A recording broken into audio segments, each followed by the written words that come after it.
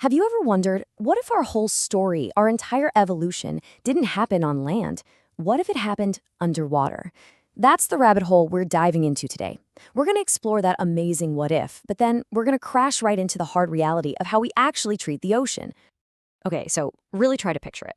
No continents, no mountains, forget cities of steel and glass. Our whole world, it's this huge, three-dimensional space of the deep ocean. I mean, what would it even take for us to survive, let alone build a life down there? Well, first off, our bodies would have to be completely redesigned. I mean, from the ground up. The most obvious thing, lungs are out. We'd need gills, right, to pull oxygen straight from the water. Our whole shape would have to change, sleek, streamlined, hydrodynamic. Our arms and legs? Yeah, they'd probably turn into fins or flippers to get around.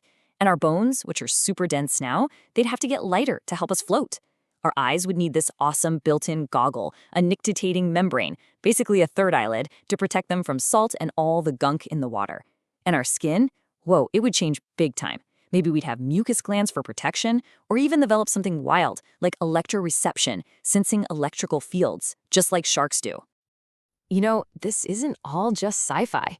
Real marine mammals have already figured out one of the biggest problems with deep diving: pressure. They've got this incredible adaptation called compression collapse. So as they dive deeper, the insane pressure actually squashes the little air sacs in their lungs. Now, that sounds awful, right? But it's a genius move. It stops gas from getting into their bloodstream, which is what causes that deadly condition we know as the bends. And their airways? They're reinforced, built tough so they don't get crushed. It's an incredible piece of natural engineering that we'd almost certainly have to copy. Okay, so we've got our new aquatic bodies, check. But what about society? How in the world do you build a civilization when you can't even light a match? Living underwater means living without fire. And that one single thing, it changes everything. No fire, that means no metalworking, no forging steel. So your tools are going to be made from what's around you: coral, bone, sharp volcanic rock. Your buildings can't be solid walls. They'd get battered by the currents. Instead, you'd probably build these open structures that let the water just flow right through. Light wouldn't come from a torch. It would come from life itself, harnessing the glow of bioluminescent creatures. And warfare? Forget bows and arrows. Projectiles are pretty useless underwater. It's all going to be up close and personal. Think spears, think tridents. So, how does this civilization eat? Well, the most beautiful, sustainable idea is a kind of underwater agriculture. Imagine these huge open water farms, basically free-range fish, a totally harmonious way of ranching the sea. It's a lovely thought, isn't it? But it's a world away from how we actually farm the ocean today. Because, see, we are trying to farm the seas. It's a real thing. It just, well, it looks a little different from that beautiful dream. Yeah, this is what our version of a fish farm actually looks like. What you're seeing is a salmon farm in Scotland. Instead of that free-range idea, we use these incredibly dense cages. The practice is called aquaculture. And as you can probably guess, this industrial approach has some pretty serious consequences. This diagram here really lays out the hidden costs. You've got all this fish sewage. I'm talking uneaten food, waste, diseases, all of it just sinking down to the seabed. Then you've got the drugs and antibiotics they have to use to keep the fish from dying in these crowded, stressful conditions. And on top of that, there's the constant risk that some of these fish, which are often non-native species, will escape and just wreak havoc on the local ecosystem. And just to put that waste problem into perspective for you, get this. A single farm, just one, with about 200,000 salmon can pump out more fecal waste than a city of 60,000 people. But here's the kicker.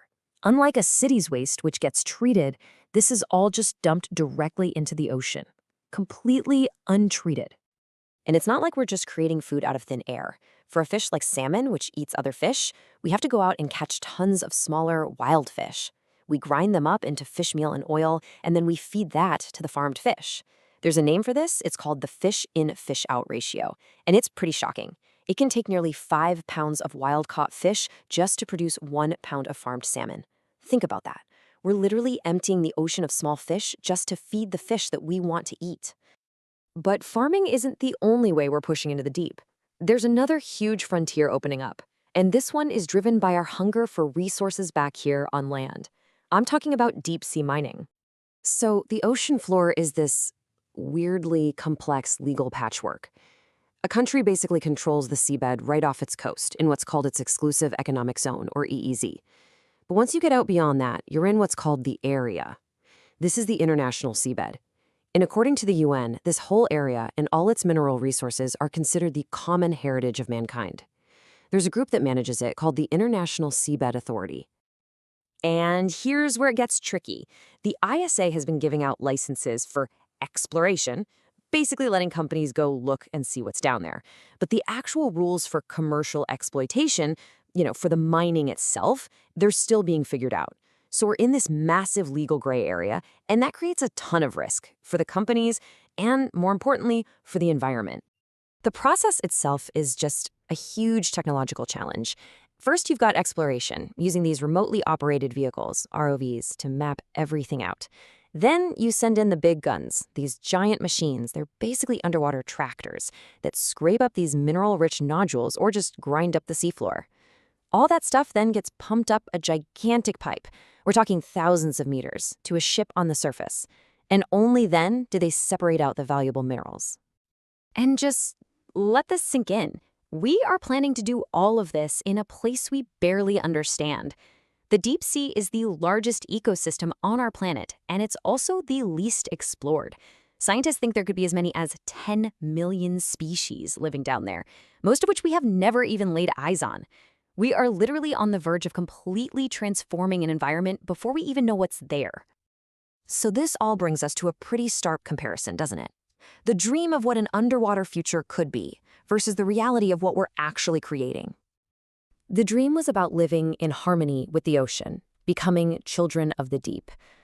The reality is industrial exploitation. In the dream, we'd have these beautiful bioluminescent cities. In reality, we're sending down seabed mining machines. We dreamed of gliding through clear, pristine currents. The reality is fish waste and giant sediment plumes. We're not treating the deep sea like a home. We're treating it like a new frontier, a place to extract resources from. So that's really the question we're left with, isn't it? We started this whole thing by dreaming about a future where we became part of the ocean. But the path we're on right now, it's heading in a totally different direction. We dreamed of being children of the deep, but are we on our way to becoming its miners instead?